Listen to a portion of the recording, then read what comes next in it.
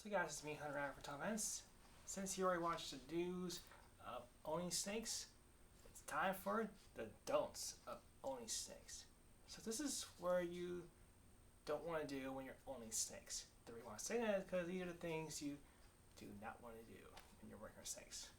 So with that being said, let's get on to the do's and don'ts of owning snakes, part 2.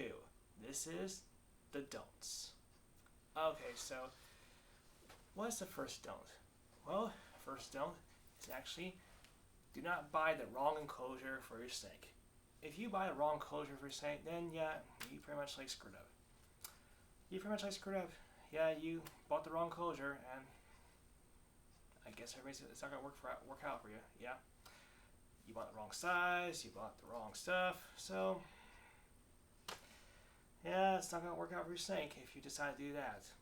Yeah, so make sure you buy the right enclosure.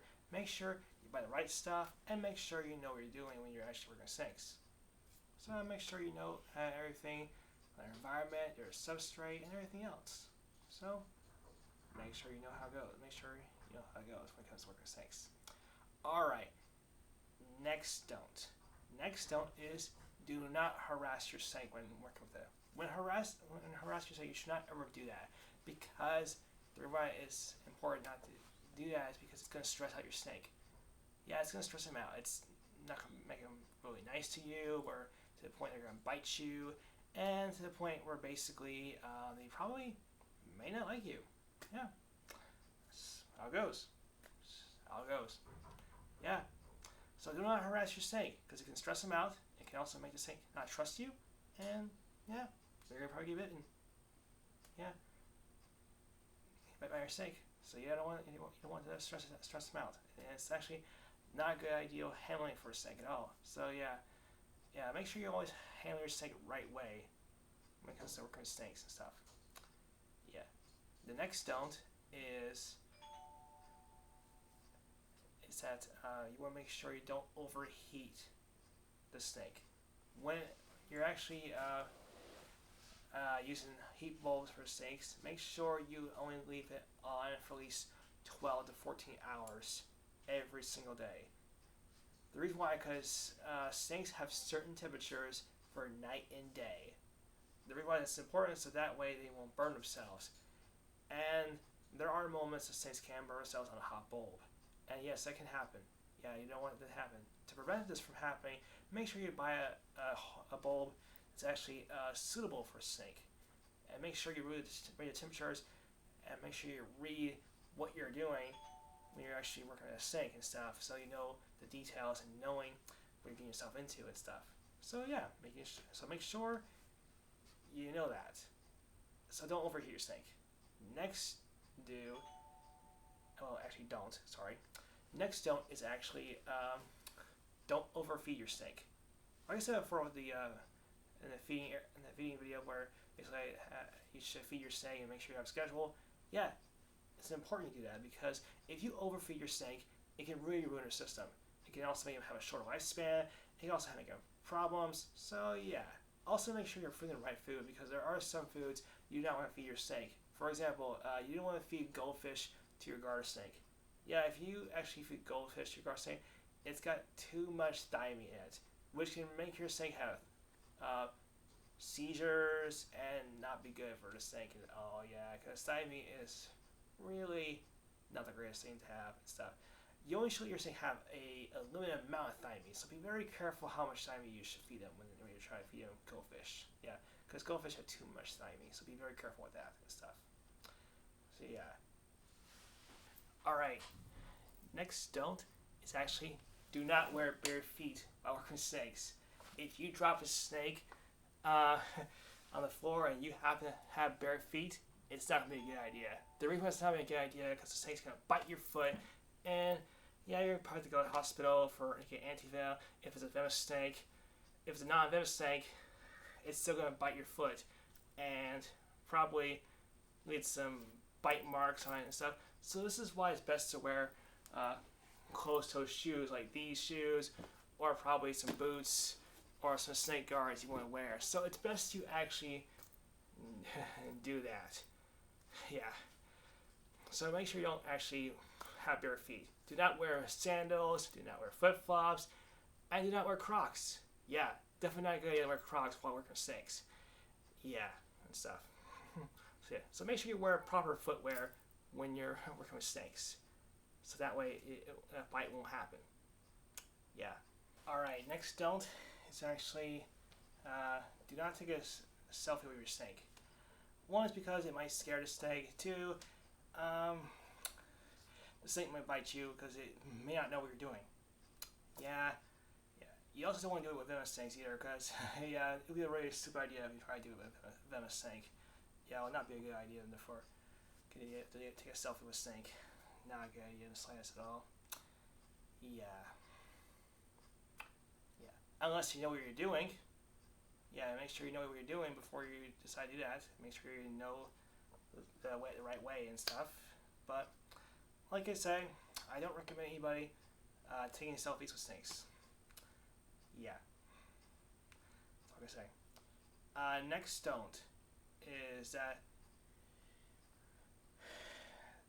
you don't want to put two snakes within each other in the same enclosure. Now, even though I've already done this with two snakes, but there's a reason why I did it. It's because these the two snakes I have, James and Grace, are actually the same species, meaning the fact they will not eat each other. And two, it's and two, they get along with each other pretty well and stuff, and they have no diseases with each other at all. So they're all good. They're all good and stuff. So here's the things you should do if you're going to do that. The things you should do is that make sure the snake has no diseases whatsoever. Make sure it has no snake mites. Make sure it has no parasites. Make sure it has no other things that could actually harm your snake. On top of that, make sure you're actually buying a snake that doesn't eat other snakes, because you do not want that to happen if you're trying to get a snake to go with another snake, because that could happen. That actually can happen if you decide to buy a snake that does eat snakes on a regular basis. Yeah, you don't want it to happen at all. Anyway, another thing why it's not a good thing to do is because is feeding. Yeah, feeding is the problem when it comes to feeding two snakes in the same cage. One is because you gotta separate them, and yeah, because if you don't separate them, they might bite each other. Because that's happened to me a bunch of times where I have to separate my snakes every time I feed them. Because every time I try to feed James and Grace, I had to separate them every time I feed them because they had bite each other before. And yeah, well, actually, Grace bites James accidentally. Yeah, and it's happened a few times before. And I'm trying to make sure I don't do that ever again. So yeah, and it's really tough to really prevent that from happening because since my snake Grace, she is actually old. She is fixed to be 9 years old soon. Yeah, actually she is 9. No, never mind. She is 9 years old. Yeah, she's pretty old. She's getting pretty old. Yeah, she's getting up on there. She's probably having dementia or something like that. But anyway, like I said before, I don't recommend anybody putting two snakes into one enclosure unless you know what you're doing, unless you know why you decide to do it. But anyway, guys, I just don't recommend it. Just let you know, guys. Next, don't let your snake out in your own house, unless you know what you're doing. Unless you know how to snake-proof your house. Unless you know what snake it is and stuff, and knowing your snake and everything and stuff. It's also ideal to make sure you put your other animals out. Most of the time I have my cats out and about and stuff, and I don't really bring my snakes out all the time if I want to. Yeah, I only bring all my snakes out if I have friends that come over, they want to hold my snake, and I'll sometimes do let them hold my snake if they want to. So yeah, it depends if they really want to. So and also you have to really trust the snake and see which snake is actually trustworthy to actually know let another person hold it and stuff. You gotta make sure which snake you know first before you start letting the snakes hold, letting your friends hold any kind of snake you know. Yeah, stuff. So yeah, it's best not to let out your snake in your own house house unless you know what you're doing, and you snake proof your house, and make sure you put your animals up, because snakes could eat your animals. They could eat your animals depending on what animal you have roaming around your house and stuff. So yeah, because there are some animals that snakes can eat, and also there are animals that you may have that may kill snakes. For example, my cats, they will kill snakes because I have snakes, and my cats will try to kill my snakes every time I'm out. Yeah, the only reason I let my snakes out is actually maintenance, meaning that whenever I clean my cages for snakes, I have to get the snakes out whenever you're dequeening for them and stuff. So, yeah, I always got to get the snake out because I do not want to work with a snake while I'm dequeening a cage, because that would be not a good idea at all in the slightest. Because bad things can happen if you decide to dequeen a cage with a snake in it and stuff. Yeah. All right. This is the final don't, and this is the most important don't you want to hear from me. Is that you don't want to actually defang nor turn your snake into a vemoid. If you're buying a venomous snake, please don't turn into a vemoid. Please don't. There's just no point of keeping a vemoid. I don't think I see any point of keeping one because they'll live too long. On top of that, why would you have one? Just why? Why? I don't know why. Why anybody have this kind of particular snake at all?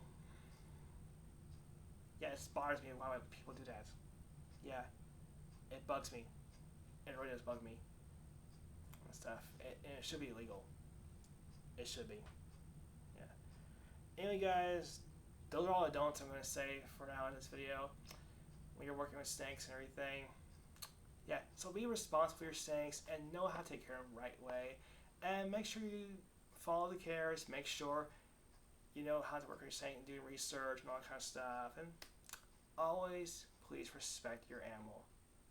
And please be responsible because it's important. It also helps the USRK. It also helps us fight these reptile bans that are going on, because we want these reptile bans to stop. We want these reptile bans to stop because these reptile bans are getting crazy. Yeah, they're getting very crazy, and I think they should be stopped and stuff. This is why it's important I make these videos and stuff for you guys to learn. Yeah. Anyway, guys, I'm Hunter at Reptile Fence. Thanks for watching, and I will see you guys next time. Bye.